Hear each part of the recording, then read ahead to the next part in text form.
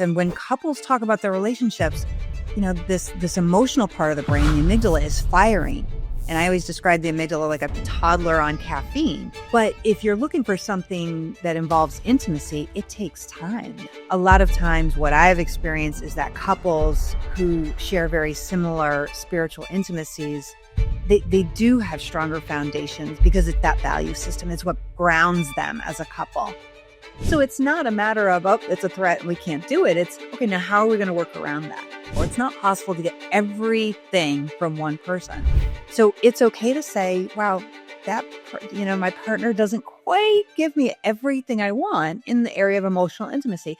But there are times when the emotional intimacy is not as full as I want from him because he is very much driven by his rational brain. And sometimes I don't want to be. Yeah. So that's when I call up my sister or I call up my best friend because they will absolutely, let me do whatever I want with my emotions. And that's okay. It doesn't mean he's not the right partner for me. It doesn't mean he's cold by any means. It just means that I want something a little bit different or more. Ideally, I suggest to couples that at the latest, this is not something that you do once and you never think about again. If you're the founders of your relationship, how are you going to make sure that it sustains all the ups and downs that are going to come, just like market values of a business. And you get to decide how to do that with all the tools possible. When people talk about marriage or a relationship being hard work, that is BS. Hey everybody, quick break on our episode to talk to you about our sponsor, My Libido Doc. One of the things that we truly believe is that great sex is available to everyone, but we just have to learn how. So head over to our site to get your free copy of our ebook, 5 Steps to Mind-Blowing Orgasms and Romance. Get the quick and easy tips to turn your sex life around, rev up your engines, and fall in deeper love and passion with yourself and your partner. So if you just go to mysexdoc.com, you will find that ebook there for download. Now back to our show. Hey everybody, welcome to another episode on The Lounge. I'm your host, certified sexologist and libido expert, Dr. Diane, and I have a treat for you today. So I have with me Dr. Robin Buckley, and we are going to talk about so many things today. Some of them we're going to talk about sex versus intimacy. A lot of times these conversations are confused. And I think so much of the time we focus on one of the two in these conversations. And we forget that sex and intimacy are different. And we forget that they're both important for the health and the maintenance of a relationship. So we're going to break that down, talk about strategies for both. And one of the things that I think is so cool about Dr. Robin's methodology, about one part of her methodology, is taking business structure and business systems and applying that same methodology to relationship. And I think this is so valuable because as an entrepreneur and as a business owner, what I've seen in business, I do apply to life, right? I apply to conversations that I have about the stepkids. I apply it to things like scheduling time in my life and my day-to-day process for things like fantasy and pleasure and my partner and more. So I can see how this is so important. And we're going to break down some more of the nitty-gritty today and tell you how to get Dr. Robin's book and so many more things. So thank you so much for joining me today, Dr. Robin. I'm so excited. This will be fun. Same here. So much juiciness happening today. And let's start big picture, right? So let's start with this conversation of intimacy versus sex. Can you help just kind of lay some foundational groundwork for how these things are different? Yeah. So intimacy is our connection to someone else, and it isn't necessarily only involving sex. In fact, there's different types of intimacy. There's emotional intimacy, there's intellectual intimacy, there's spiritual intimacy, and there's experiential intimacy. And I think for a lot of us, we forget. We just lump it under one category, and the term intimacy is used synonymously to mean sex.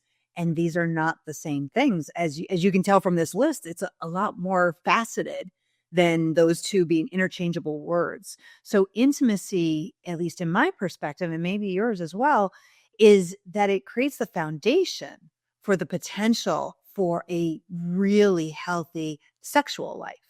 So it's very challenging to have a healthy sex life without intimacy, at least in the couples that I've worked with. Possible, but it's probably not a sex life that is sustainable.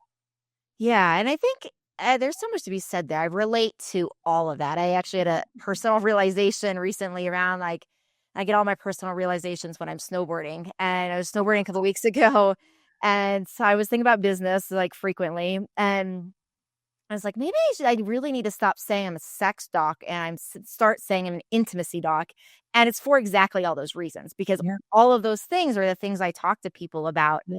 And so I think defining that is so key. And one of the things in what you're saying is like, okay, well, can sex be as deep and as fulfilling? I think like when people go and have more just like flings and one night stands, there can be like some level of fulfillment in that. Do you see like though that is difficult in those scenarios to get into more like this other type of intimacy, which can lead to the depth of sex? Absolutely. And I am not, and as I perceive you are, and I don't judge. If people want to go out and just have random, fun, non-committal sex, as long as it's safe and consensual, have at it. I have no issues with that. But if you're looking for something that involves intimacy, it takes time. It takes time to know that person at that level, because very often, as strange as it might sound, intimacy is more vulnerable than sex for, I think, a good percentage of individuals, because it's really getting into the things that you value and how you identify in terms of as a person, as a being. So it takes a more extensive time than maybe the one night stands or the sex just for fun. Again, each has its own place and each has its own choices. But to really develop that sense of intimacy is going to then broaden the level of sexual connection to a much deeper level. Yeah, I really like when intimacy is broken down into me, see, right? And it's like so like a great example, like when we like actually break it down and kind of make these side words out of the word of like what's really happening there. But I'm like, yes, like you said, it's like more vulnerable. Somebody is like seeing all the stuff that we might personally put a label good versus bad, and maybe there's shame and all those things. So like let's break this down even more though. So you said with like your perspective of intimacy, did you name 4 different types? You named emotional, spiritual, sexual. What was the other one? So there's emotional intimacy, intellectual intimacy, spiritual intimacy, and experiential intimacy. So can we talk about those a little bit more and like more on what those are and how do people begin to cultivate those different types of intimacy with their partner? Yeah, absolutely. So when we're looking at emotional intimacy, I think that might be the one that is easiest to understand. Emotional intimacy is that safe place and safe experience of sharing your emotions, your feelings, your perspectives on different things, and knowing that you won't be judged in a negative way, that it is okay to not only share them, but express them and be have that connection. And again, I think that is one that a lot of people can understand. And in keeping in mind that when we talk about intimacy, this isn't reserved just for our romantic relationships. This is also within our friendships and having that emotional intimacy. And one more qualifier, you might only have some types of intimacy with certain people. I mean, in my ideal world, and when I talk with clients, it's lovely if you can have all types of intimacy with your romantic partner, but sometimes that's not possible. And I don't think that means the relationship is bad or not going to work. It just means that maybe some social diversification is necessary so you find that intimacy with someone else. And I mean that, through a friendship or otherwise. So emotional intimacy is sharing and being vulnerable. Intellectual intimacy is more around the sharing of ideas and being able to have respectful debates with whoever it is that you want this intellectual intimacy with. And in the political climate of the United States, this was a big challenge for a lot of friendships, a lot of family members, and a lot of couples, because there was differing sides and differing perspectives that really started to break apart some of the intimacy because people couldn't share it with that level of respect. So that was really challenging. And I'm hopeful that that gets better for a lot of people. Yeah. Spiritual intimacy, a lot of people hear this and they assume it's around religion, and it is not. Spiritual intimacy is around your values and how you see the greater world, how you see your purpose in life, and being able to share that with a partner or with a friend.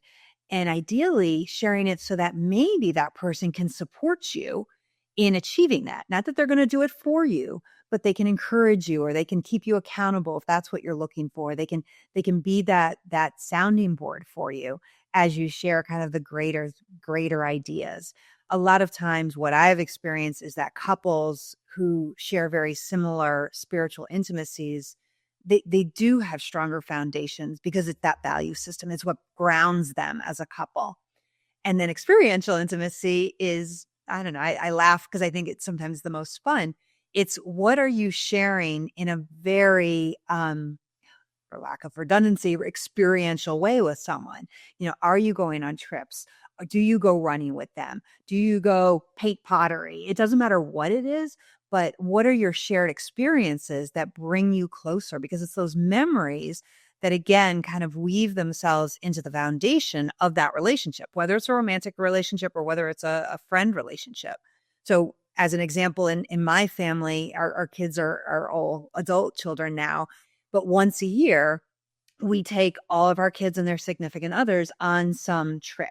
So we don't exchange holiday presents. This is their present. And we do a big family trip. So there is that connection and we have those memories. And my kids, long before they were adults, they have that history of shared experiences, sometimes good, sometimes bad, that keeps that experiential intimacy within our family unit. I have so many questions going through my head, and like so this is great. Like I already love this framework, right? Because Mhm. one of the things I'm initially thinking about and like listening to this is it was just when I hear this, it's like, okay, these are all different areas from an intimacy standpoint when we are fulfilled, when we say have our intimacy needs met, right? That we can feel more supported, we can feel more alive, we can feel more excited about life. There's just so many things, right, that can come out of this. And so what I'm curious about, and maybe this gets into your framework, is there a process then that you take people through to help like identify like, oh, okay, maybe I don't have this spiritual value-based connection with my partner, and maybe I need to get that through my friend. Is there a process for helping people identify how they can get their needs met and with who? Yeah. Well, as objective as it sounds, because it is, Yeah. with the couples I work with, we do a SWOT analysis. And Okay. people who aren't familiar with that term, it's a very business-based term, which looks at strengths, weaknesses, opportunities, and threats. And it works in business because you can build off the strengths to address the weaknesses. Strengths can also help kind of create some kind of foundation to deal with any potential threats. And then you can see opportunities. And what I'll always say to couples who are like, I don't know, Dr. Robin, can we really, like, that seems a little too businessy. I said, well, if it works in business, why couldn't it work in a relationship? And towards intimacy, that's what we look at is how can we use the strengths in the relationship to enhance each level of intimacy? And in order to do that, it's also identifying for each member of a couple, what does each type of intimacy look like for you? What are you sharing? Are you really strong in intellectual intimacy? How can we use that to build spiritual intimacy if that's lacking? So we look at it in terms of where are the strengths in the couple, where are the challenges or the weaknesses, and then what are the opportunities to build on those? And are there any threats? As an example, sometimes, when we talk, I talked to a couple who has children.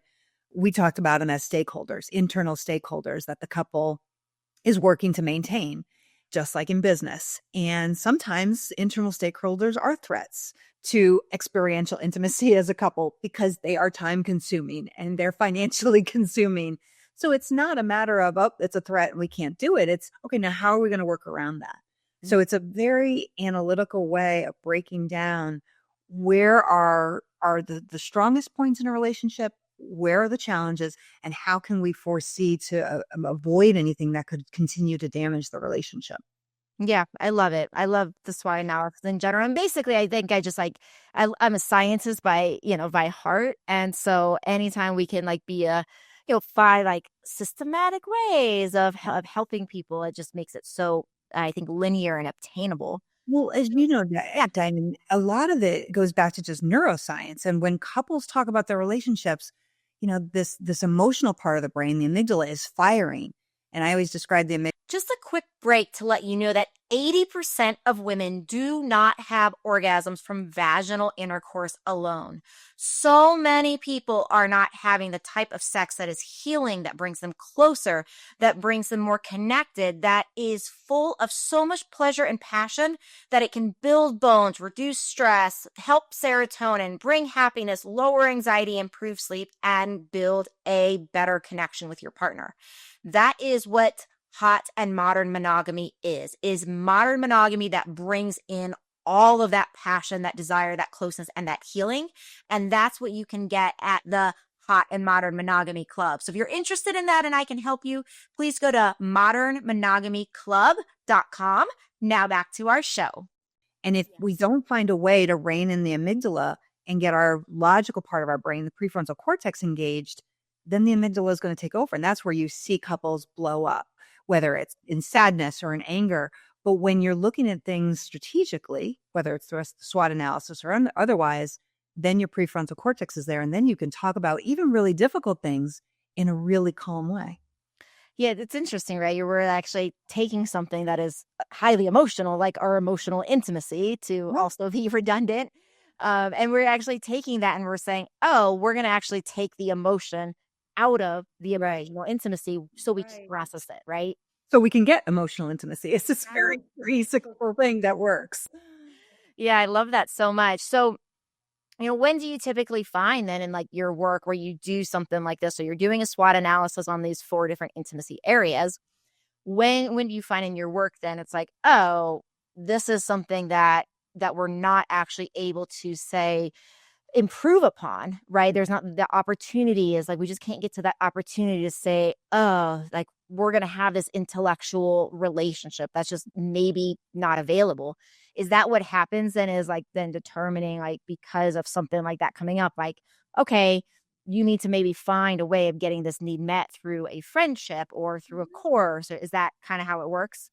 Yeah, for a lot of us in our society, we're raised on rom-coms and Disney and Hallmark and these wonderful relationships created by fate and destiny. And I don't buy into that one bit. And I think that's what leads to disappointment for a lot of relationships. And we buy into the idea that our partner is the one person to give us everything. And whether you listen to Esther Perel or Brene Brown or any of these amazing, theorists and researchers, this is just not possible. It's not possible to get everything from one person.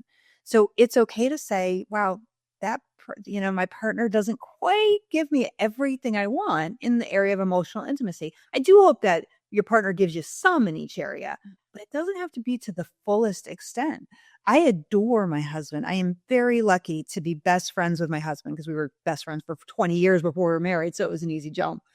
But there are times when the emotional intimacy is not as full as I want from him because he is very much driven by his rational brain. And sometimes I don't want to be. Yeah. So that's when I call up my sister or I call up my best friend because they will absolutely, let me do whatever I want with my emotions.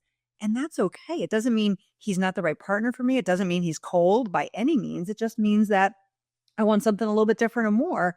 And it's great that I have other people so that it then doesn't become, oh, he can't do for me what I want. And then it spins out of control. And I think, just like being able to name that and categorize it going into things, it's so much easier than to like recognize like, oh, right, this is that thing that's happening where this need's not being met. And instead of making the partner bad, we just realize like, oh, they're showing up for them in like the way they're able to. And now I recognize this and now I can just call my sister, like you're saying. Exactly. It gives the power back. Mm-hmm. Now, do you apply anything more from the sexual side of things to business or at all? Or is it more just in these other types of intimacy categories? There's no area of relationship that escapes this framework. One of the biggest areas or easiest strategies is, we talk in business about annual reviews. And every year a person gets to review with someone that is involved in their development, how they're doing. Now, I do not recommend that couples do an annual review because that's too long to wait. Ideally, I suggest to couples that at the latest they do a quarterly review, but I love monthly reviews. And it looks very much like an annual review where there is an agenda and there are topics to cover, not only new topics that have come up, but consistent topics. And sexual life or intimacy is one of those steady agenda items each month or each quarter if it has to be extended out. And it's a conversation of what is working, a little bit of a SWOT analysis, what's not working, what techniques have we tried that we want to keep trying, what techniques really didn't work. But it gives a spot for couples to have the conversation because a lot of times, it's you're walking past each other in the kitchen. How was your day? Good. How was your day? Good. And that's all you're getting. Right. And that's not going to enhance any level of intimacy and certainly not going to roll over to enhancing a sexual wellness. So when you actually know that's going to be on the agenda, it gives you the opportunity because a lot of times, I don't know about you, Diane, but when people are in bed with their partners, that isn't necessarily the time they want to have these dragged out conversations. It either detracts from what they're trying to accomplish, whatever that might be, or it becomes emotional because they're in that vulnerable space and then it feels like criticism or disappointment instead of, hey, we're in this, we're sitting in our home office or we're sitting at the dining room table, the kids are out of earshot. And I can just say, I remember that 2 weeks ago, that didn't really feel very good. And I'd like to process how we can work around that. Again, couples sometimes pull back because they think it sounds way too sterile. But then again, if you can have those kind of conversations about really important emotional topics and lead to a solution, that's what makes it better. Yeah, it's amazing. And I've seen that too in my work that the bed is not oftentimes the place to have these kind of conversations. Like, it's like we have memories, and if it doesn't go, if it feels like stagnant, or if it doesn't go or as well as you want, or there's a moment of intensity, the next time you do want to go and just be sexy and intimate and have your moments, then sometimes those memories come flooding back. Exactly. It's like that's a very real, like it can create a very real, like PTSD, almost trauma type of response in certain situations. Right. It is amazing when you see how the connections are. You have these objective conversations, these rational, data-based, fact-based conversations. It enhances intimacy at sometimes multiple levels, which then can enhance your sex life. And to me, I can't speak for everyone. That's the ideal. Like I can get all of it by just using all the pieces instead of we're just going to use one piece and hope it ripples out, because that isn't typically how things are done in personal life and definitely not in business. No, not in business and not in medicine either. Like people are often like looking for like one root cause. I'm like, well, maybe it's strep throat, but there's, you look at like low libido, for example, and it's like, yeah, it could be testosterone, but it's usually testosterone and circulation and neurological and emotional and on and on and on and on and on. It's like this, there's not one cause here. No, and you're going to use all the tools. You're going to go see a physician. You're also maybe going to go see a therapist or a counselor or a coach. And then maybe you're also going to take medication. You're going to use all the tools available. So when I work with couples, I say, you don't rule out anything. Why wouldn't you want to use everything at your disposal to get what you really want, or at least really close to it?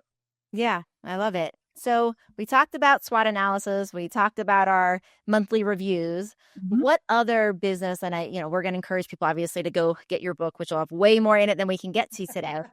But can you give us another example of a business type of framework that you've seen really apply to intimacy and sex? Really, really simple one. I ask all my couples from the very first session, tell me what you understand and what a mission statement is. And they can rattle off all their companies and their small businesses have mission statements, and they're all full of themselves because they know what the benefits are. And I said, okay, cool. So what's your relationship mission statement? And then I get deer in the headlights or just crickets in the background. They're like, oh, well, no, that's not the same. I'm like, it is. All the benefits you talked about, keeping everybody unified under one goal and having a direction for the company and shared values and a articulation of that are all what a business can do. But why wouldn't you want the same things in your relationship? So couples will work on developing a mission statement. And then sometimes as we progress, I will actually have them create a second mission statement, which is just about their sex life. So they create a sexual mission statement that is specific to that area of their life, because sometimes that needs a more developed nuance than just their overall relationship mission statement.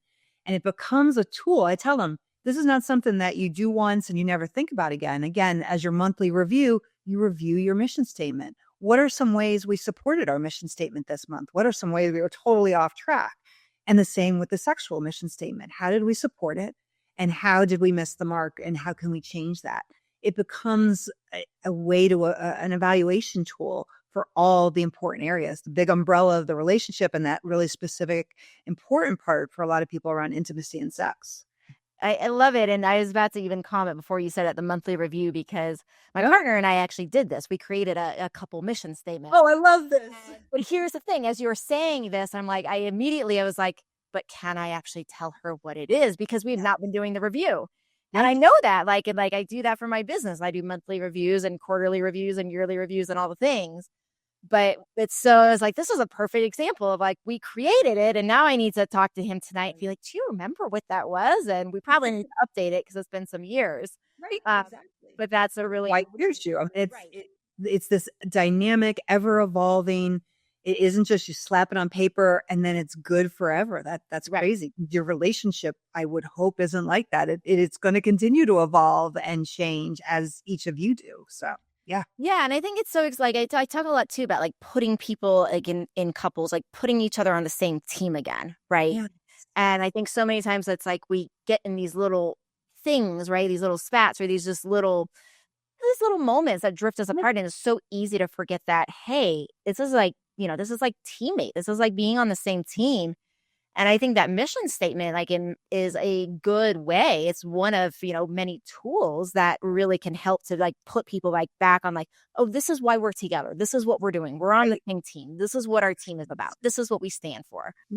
When you think about it, and again, we're talking in more of a traditional sense of a two-partner relationship. And I know there's lots of different ways a relationship can look.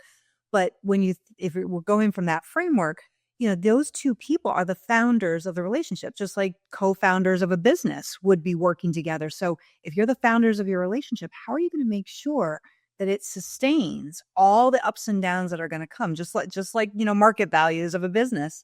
And you get to decide how to do that with all the tools possible. So good. So good. And I do like the sexual mission statement too. And I'm also thinking we've kind of defined what our sex goals are, meaning frequency and things we want to try and those kind of things.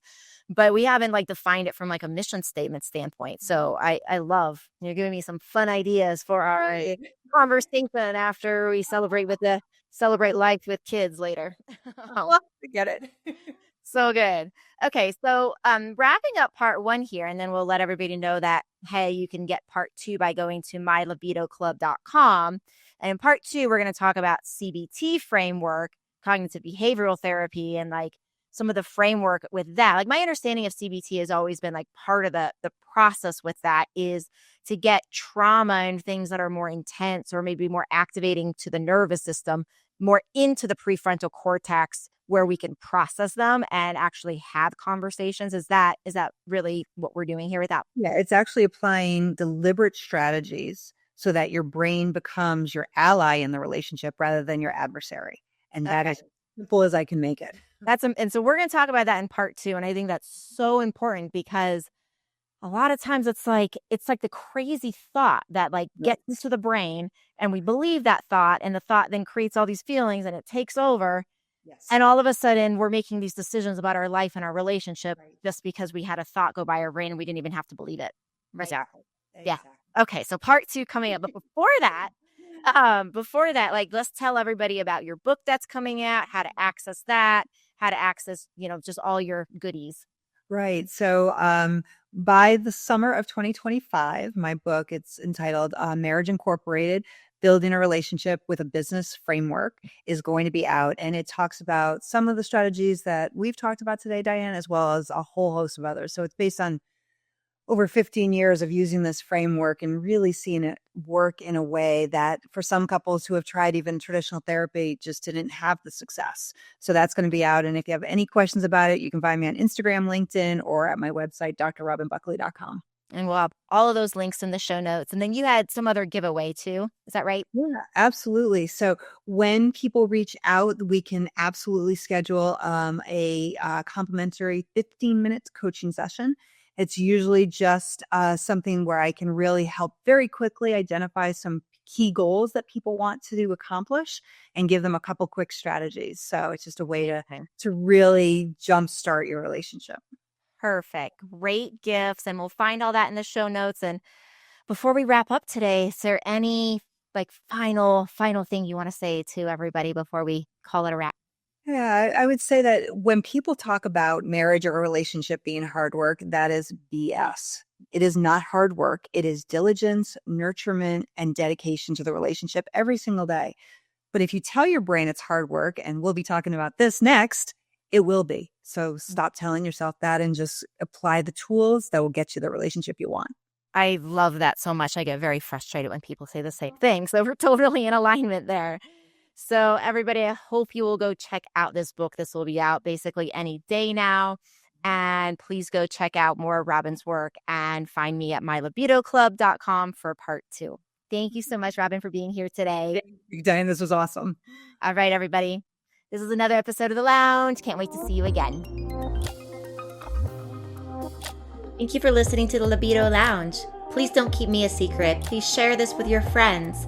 You can find me on YouTube, on Instagram, as well as how to work with me at mylibidodoc.com.